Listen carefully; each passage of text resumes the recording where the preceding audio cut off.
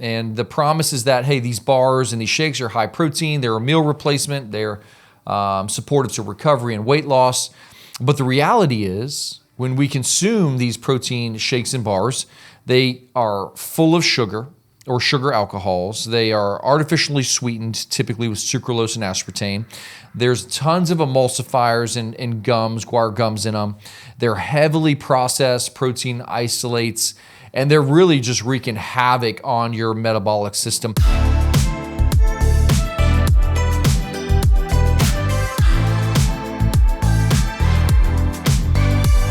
Welcome back to another episode of the Real Health Podcast. Today, we're talking about the top 5 healthy foods that are actually fooling you. Which of the top 5 foods here that I'm listed are actually not healthy at all? And one of the biggest problems in nutrition today isn't junk food. We know what junk food is. I think we're more educated than ever before. The real problem is food that's being labeled as healthy, but in truth, it's junk food in disguise. So I'm just going to break down the top 5 that you're probably consuming one of these. The reality is you're maybe consuming 2 to 3, and some of you are consuming all 5. I have consumed all 5 at some point in my life. And so, even recently, these are things I'm intentional about, I'm mindful of. You need to be mindful of these top 5. It can literally change your health for the better. It can improve your gut. It might be one of the missing links behind your digestive symptoms, or even a reason why you've had a recent kidney stone. So today we're talking all about the top 5 foods that are labeled healthy, but in truth, they are not. The number 1, and number 5 is going to surprise you, I think, the most, but number 1, we're coming out of the gates hard with protein bars and whey protein shakes. You know me, I'm a big fan of protein. I think it's important, it's vital, it is essential, and most people are deficient in it. And the promise is that, hey, these bars and these shakes are high protein, they're a meal replacement, they're supportive to recovery and weight loss. But the reality is, when we consume these protein shakes and bars, they are full of sugar or sugar alcohols. They are artificially sweetened, typically with sucralose and aspartame.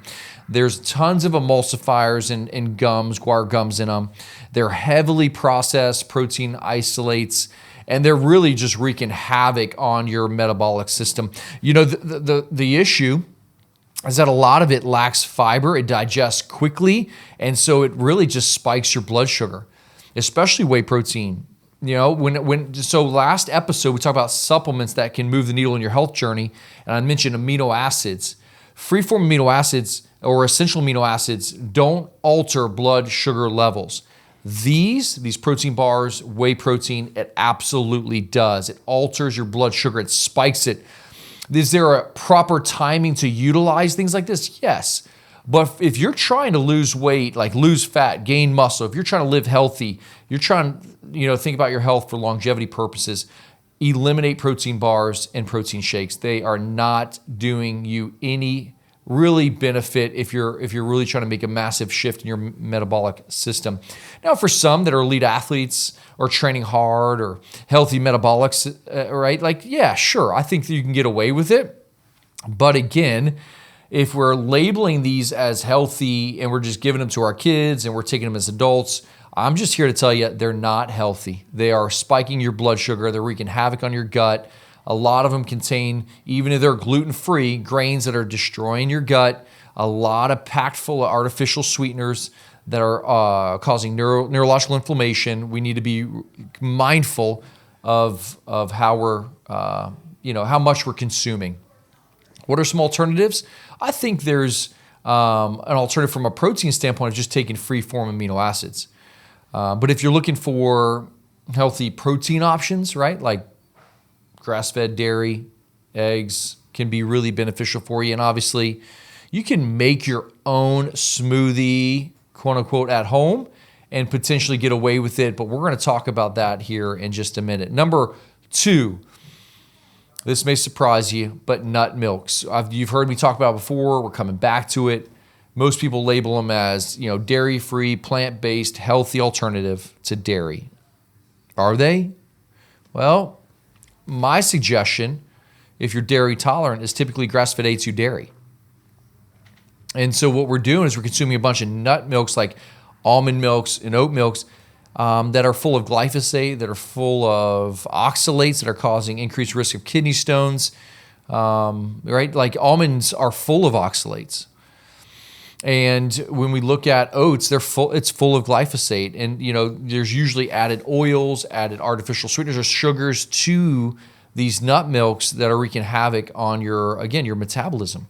So when we look at, oats and almonds especially, because that's what most people consume, and even the glyphosate discussion, these almonds, oats they're exposed to glyphosate, which is a forever chemical that's wreaking havoc on most people's cellular health and driving a major chronic inflammatory issue that needs to be addressed. A lot of us have way too much plastic and glyphosate in our body, and so we want to minimize that, mitigate that by removing nut milks. And I think honestly, a grass-fed A2 dairy fits most people's needs. And when you're looking at better options, I do think like a macadamia nut is probably a better option for a lot of people. And maybe just look at adding whole grass-fed A2 dairy back into your latte. Number 3, I think juices are a health alternative. Like we go to the store, we buy a juice, we feel good about ourselves, or we go to a juice bar and we get a juice and we feel good about it. But you got to remember, you've just removed fiber, which stabilizes blood sugar. If you just slammed a bunch of orange juice or orange ginger lemon juice or whatever, beet juice, you're like, oh, I'm so healthy. But you just spiked your blood sugar. You consumed a ton of potentially chemicals because it probably wasn't organic juice. So a bunch of glyphosate was just put into the body. And your body doesn't know the difference between that, and truthfully, it doesn't know the difference between that and cane sugar. It spikes your blood sugar the same. I mean, you're getting 40, 50, 60 grams of sugar from that juice. And so we got to be mindful that you just unnecessarily spiked your blood sugar and you really didn't create any satiation. Like you're hungry, so you're going to go and grab other foods and your blood sugar crashes, and now we're in a world of harm. Juices are an issue. Smoothies, though, can be beneficial, especially when you add protein to it, right? If we add certain fibers to it, especially when we get into like chia seeds and flaxseed, I think there can be some benefit there. Some whole milk dairy can be beneficial. You add some low glycemic fruits like berries to the mix, and we create more of a fibrous, protein, fat-rich smoothie, and we sip on that. I think that's a better alternative to juices, and can be a much healthier option for you and for your family. All right, so that was number 3. Number 4, gluten-free foods, right? So I see it all the time. It's like, all right, I'm going gluten-free. And that was a big shift a couple decades ago, last 10 years for sure. And so a lot of you guys, man, we've been gluten-free for years. So there's a ton of gluten-free options out there. But then when you look at the back, you realize, man, it's just rice flour, tapioca starch, potato starch, cornstarch, sugar, gums, and oils that are heavily processed. And is it healthier than the alternative? Like last night, I had a gluten-based pasta that's from Europe, and to me, I think that European pasta, that European grain, is significantly healthier than a gluten-free pasta option that I could have gotten in the store. All right, because there was literally three ingredients to it. And so if you're gluten-free for the purpose of celiac and allergies, I get it, right? But if you're gluten-free because you think it's healthier, I just want to check you, it's not. It's not healthier. People assume gluten-free is healthy. It's not even close. Gluten-free doesn't equate to health. We can't just trust the label and expect it to be a healthy item. So gluten-free is not necessarily a healthier option. If you're celiac or wheat allergy, sure. But for most people, they probably would benefit from a cleaner source of grain, European grain, than they would benefit from a gluten-free option. And the last one, number 5, which, listen, I'm coming at you. It's been a big craze over the last couple of years, but I mean, we're talking about all the healthy sparkling drinks, probiotic-rich sodas, Zevias. I've consumed my fair share of Zevia or Poppy or whatever they're called we got to look at what's in it. We got to understand that, so for a lot of people, we're consuming way too much of it.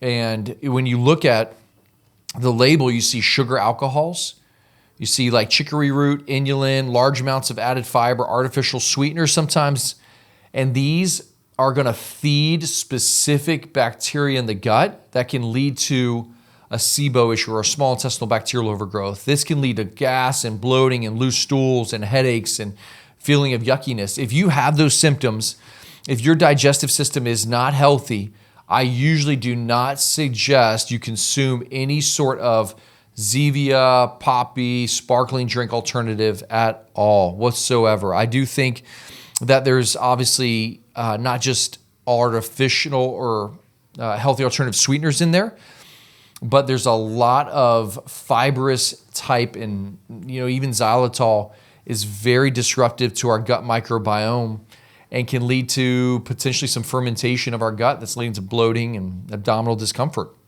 There's also oxalates in there that can increase kidney stone risks. And so we want to be mindful of how much of this we're consuming. And if you're a right candidate to be consuming these to a degree, are they better than soda? Sure, yes. But are they healthy? No, they are not healthy. So healthy sodas are not healthy.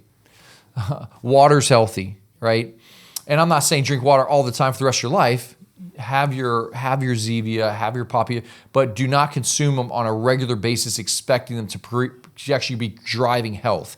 Drinking 3 Poppies a day is not good, right? It is overdriving and creating a massive growth of certain bacterial species in the gut that we do not want, that can lead to SIBO and gastrointestinal issues in the future. We want to be mindful. And the same thing is true about kombucha. If you're consuming a large amount of kombucha every day, the same amount, you are hyperpolar colonizing a certain organism in the gut that we want to avoid. So don't consume 3 kombuchas a day of the same variety. Don't consume 3 poppies a day. Don't consume 3 Zevias a day. I would even recommend only consuming a couple a week in a healthy, balanced way. And this, for me, is my top 5 that I would call healthy on the market, yet they're not healthy for you.